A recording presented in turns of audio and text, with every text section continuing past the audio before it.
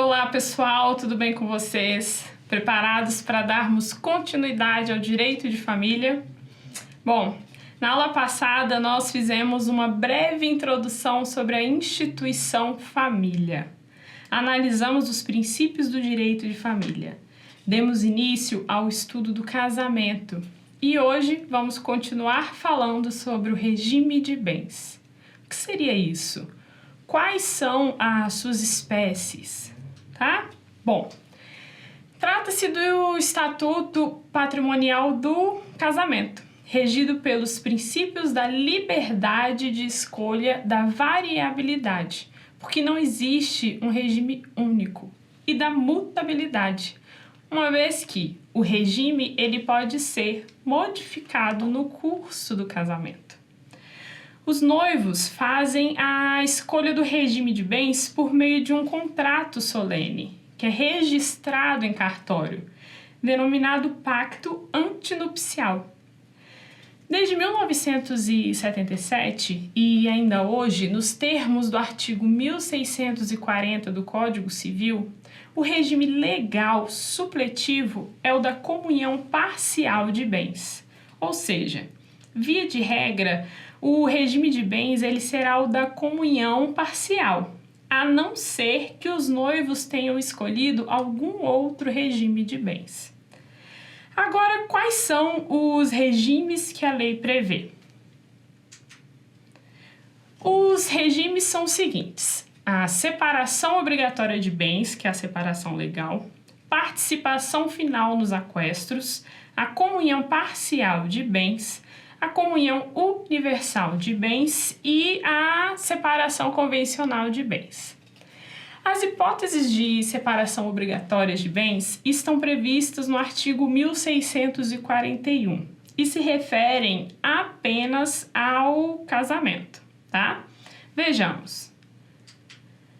É obrigatório o regime da separação de bens no casamento das pessoas que contraírem com inobservância das causas suspensivas da celebração do casamento, da pessoa maior de 70 anos. Até meados de 2010, a idade era 60 anos, mas a doutrina majoritária dizia ser inconstitucional e houve a majoração da idade. E, por último, de todos os que dependerem para casar de suprimento judicial. Quanto à hipótese do inciso 3, para evitar as inconveniências aí do regime de separação obrigatória, bem como o enriquecimento sem causa de uma das partes, o STF editou a súmula 377, que fala que no regime de separação legal de bens, comunicam-se os adquiridos na constância do casamento. Essa súmula, ela traz para a separação obrigatória um princípio da comunhão parcial, mas não identifica aí os regimes, tá? Regime de participação final nos aquestros. Segundo esse regime, durante o casamento, cada cônjuge preserva o seu patrimônio próprio e exclusivo, cabendo todavia à época da dissolução da sociedade conjugal o direito à metade dos bens adquiridos pelo casal. Veja, somente os que forem adquiridos pelo esforço mútuo e a título oneroso, que é o artigo 1672, que vão entrar aí na partilha. Difere da comunhão parcial, onde todos os bens adquiridos onerosamente depois do casamento, não necessariamente aí os que forem adquiridos pelo esforço dos dois, eles são amealhados e divididos. A comunhão parcial, que está disciplinada aí a partir do artigo 1658, é a regra e tem o sentido de preservar o patrimônio anterior dos cônjuges, cabendo o direito de meação quanto aos bens adquiridos onerosamente por um ou por ambos os cônjuges na constância do seu casamento. Se o bem foi adquirido com dinheiro anterior ao casamento, o bem ele não é amealhado, dividido. Imagine aí a seguinte situação aí hipotética. Eduardo e Mônica casaram-se. lá em 2013, sob o regime de comunhão parcial de bens. Um mês depois do casamento, eles decidiram comprar um apartamento que custava 200 mil. Para isso, Eduardo utilizou o dinheiro do seu FGTS e pagou 30 mil à construtora. Mônica também usou o seu FGTS e pagou 70 mil.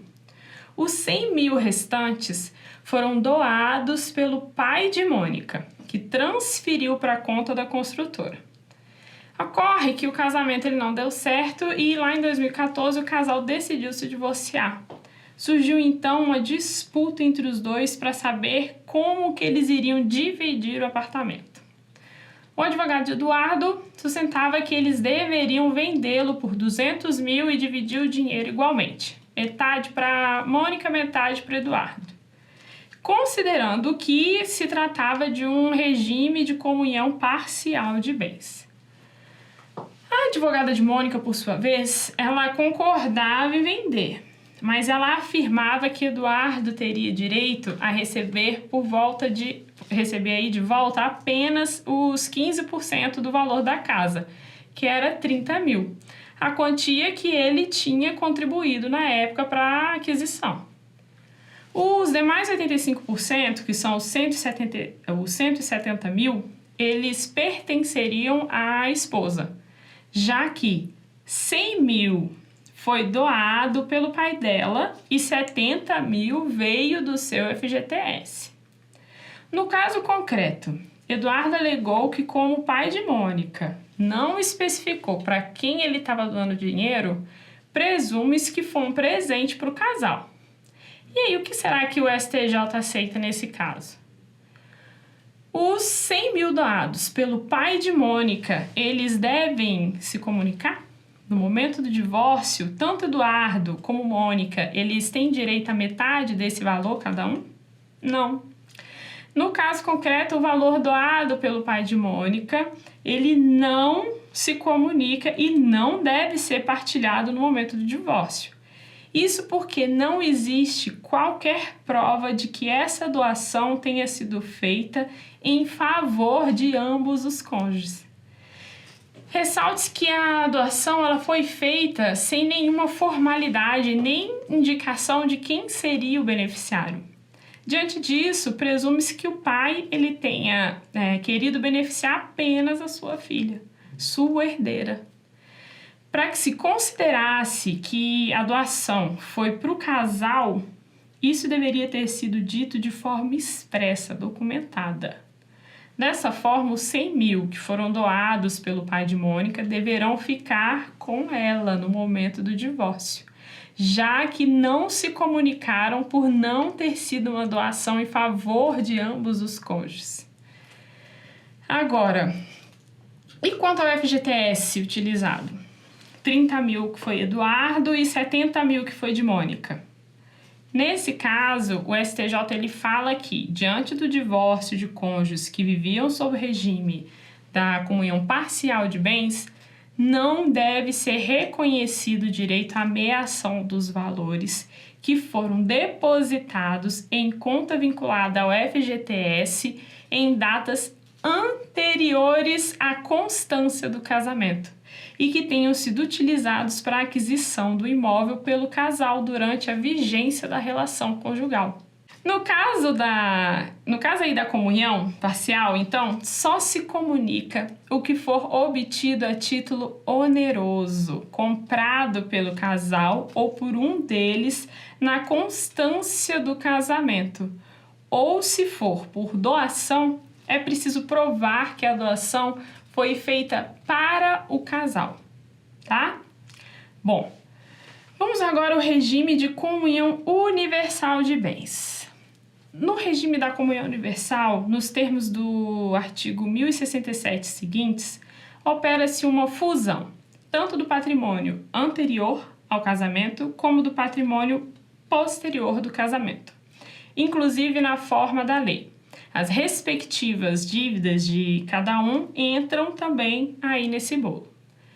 E por último, nós temos o regime de separação convencional entre bens. Nesse regime, mediante a escolha do pacto antinupcial, as partes mantêm a exclusividade do seu patrimônio e de sua administração ao longo do casamento, tá? Bom, pelo que podemos perceber, na maioria dos regimes, existe um patrimônio em comum. E por essa razão, existem casos em que o cônjuge ele não pode dispor dos bens do jeito que ele achar melhor. Daí surge a necessidade de uma autorização conjugal.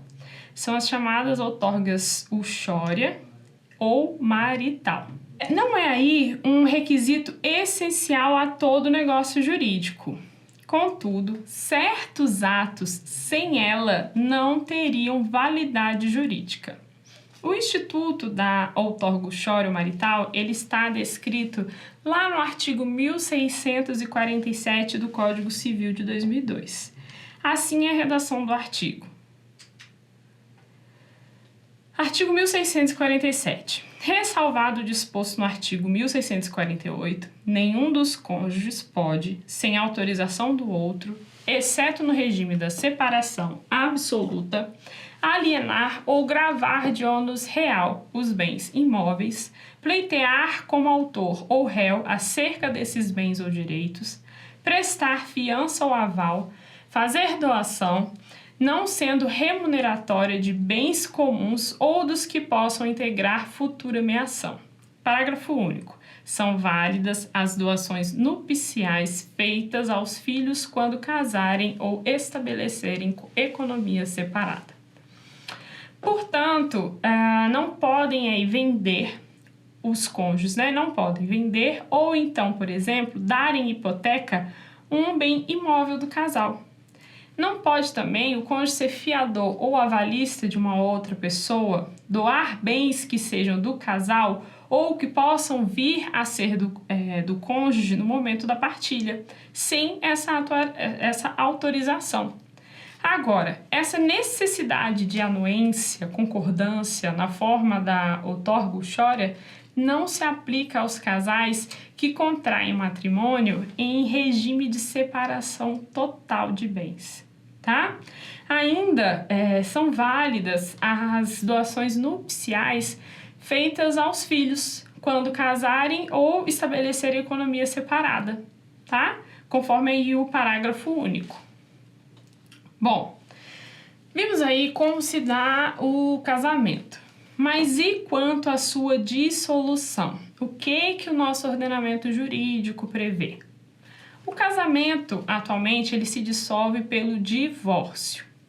O divórcio surgiu aí com a emenda constitucional número 9 de 77. Até então, só existia o desquite, que era equivalente à separação, que só colocava fim à sociedade conjugal.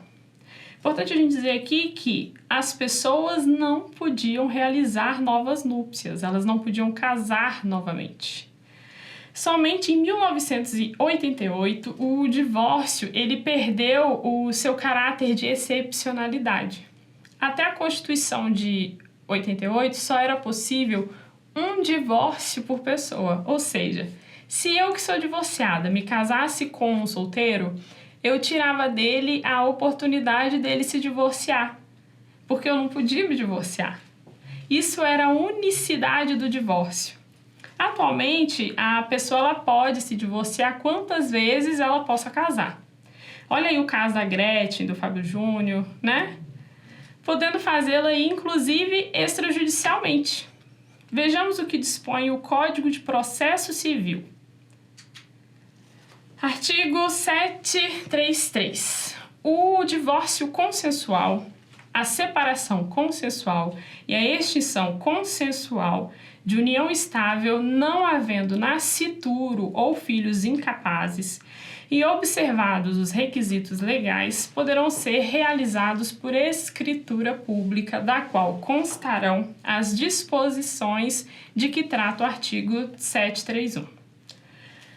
Ou seja, a dissolução consensual, seja pelo casamento, seja do casamento, seja da união estável, podem ocorrer diretamente no cartório, desde que não haja filhos incapazes e respeitando os requisitos legais. Mas e quando houver briga, professora? Nesse caso, nós temos o que chamamos de litígio. E com ele, o divórcio ele precisa ser na modalidade litigiosa. E o divórcio litigioso, ele sempre será em juízo. Sempre vai ter que ser judicial. Não dá para fazer no cartório. E a separação? O que seria a separação que a gente ouve aí? A separação, eu costumo dizer que é a antessala do divórcio.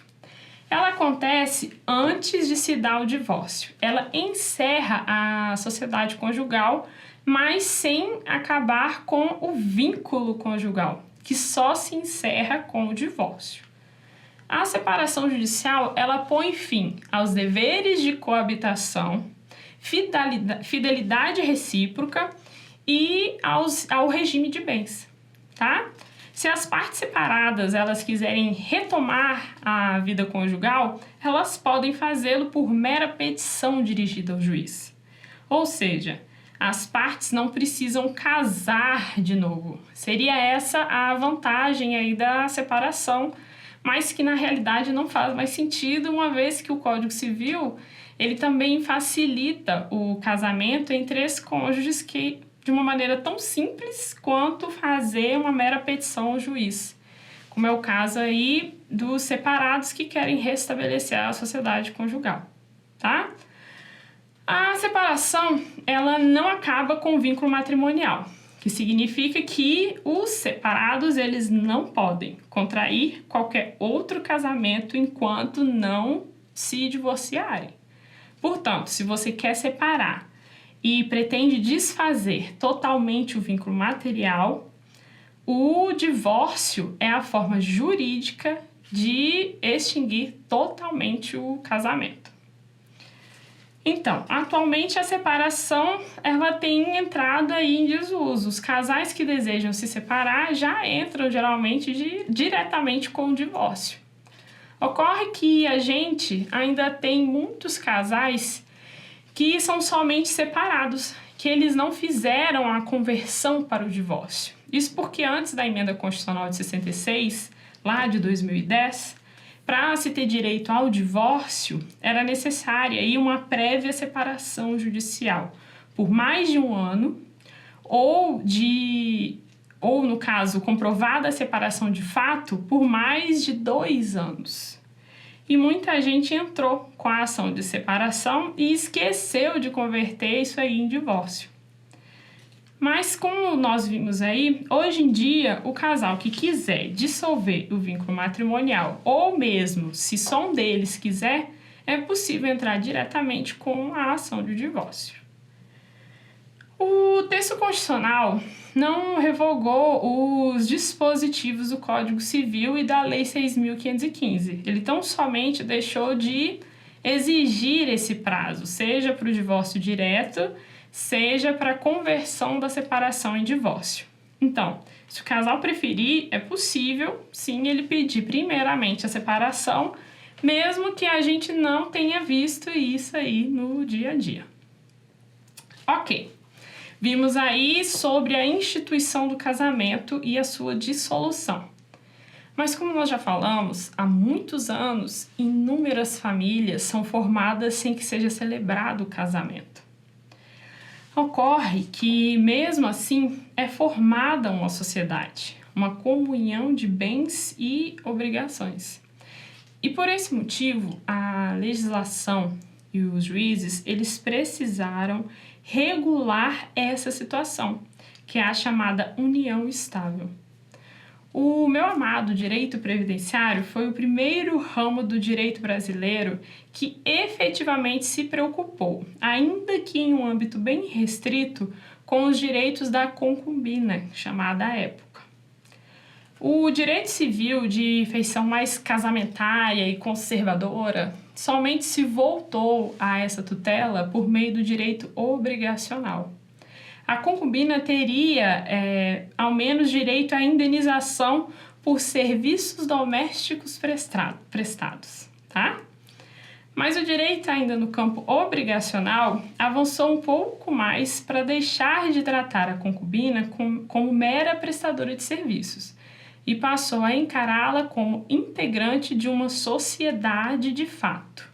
Não era família ainda. Vejamos o que trazia a súmula 380 do STF. Comprovada a existência de sociedade de fato entre os concubinos, é cabível a sua dissolução judicial com a partilha do patrimônio adquirido pelo esforço comum. Foi somente a partir da Constituição Federal de 88 que a união estável passou a ter dignidade constitucional de família.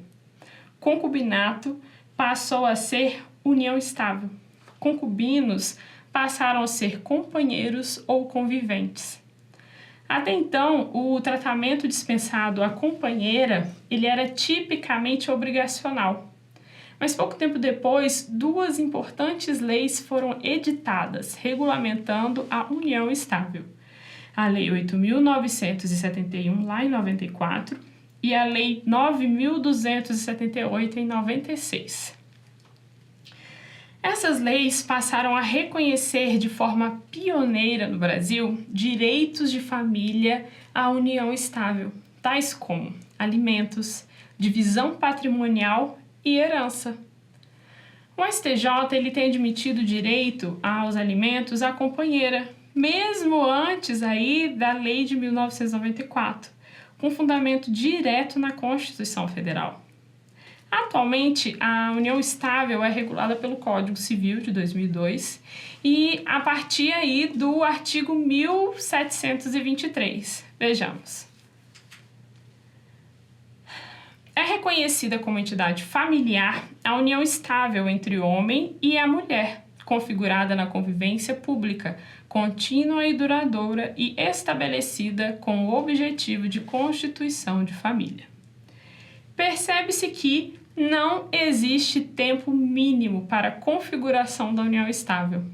Além disso, não é exigido filhos em comum nem coabitação. Claro que esses são elementos obrigatórios, não, que esses não são elementos obrigatórios, mas obviamente se eles reunidos comprovam muito mais facilmente a existência da união estável. Bom, são dois os elementos fundamentais para a configuração da união estável, que não existem no namoro, tá? São eles aí a estabilidade ou permanência e o objetivo de constituição de família, que é o elemento finalístico da união estável, tá bom? Na união estável, os companheiros eles aparentam estar casados. É importante dizer que a união estável ela não se constituirá se ocorrerem os impedimentos do artigo 1521, que são os impedimentos para o casamento. Vale lembrar que o fato de a parte ser casada não impede a configuração da união estável, desde que esteja pelo menos separada de fato do seu cônjuge.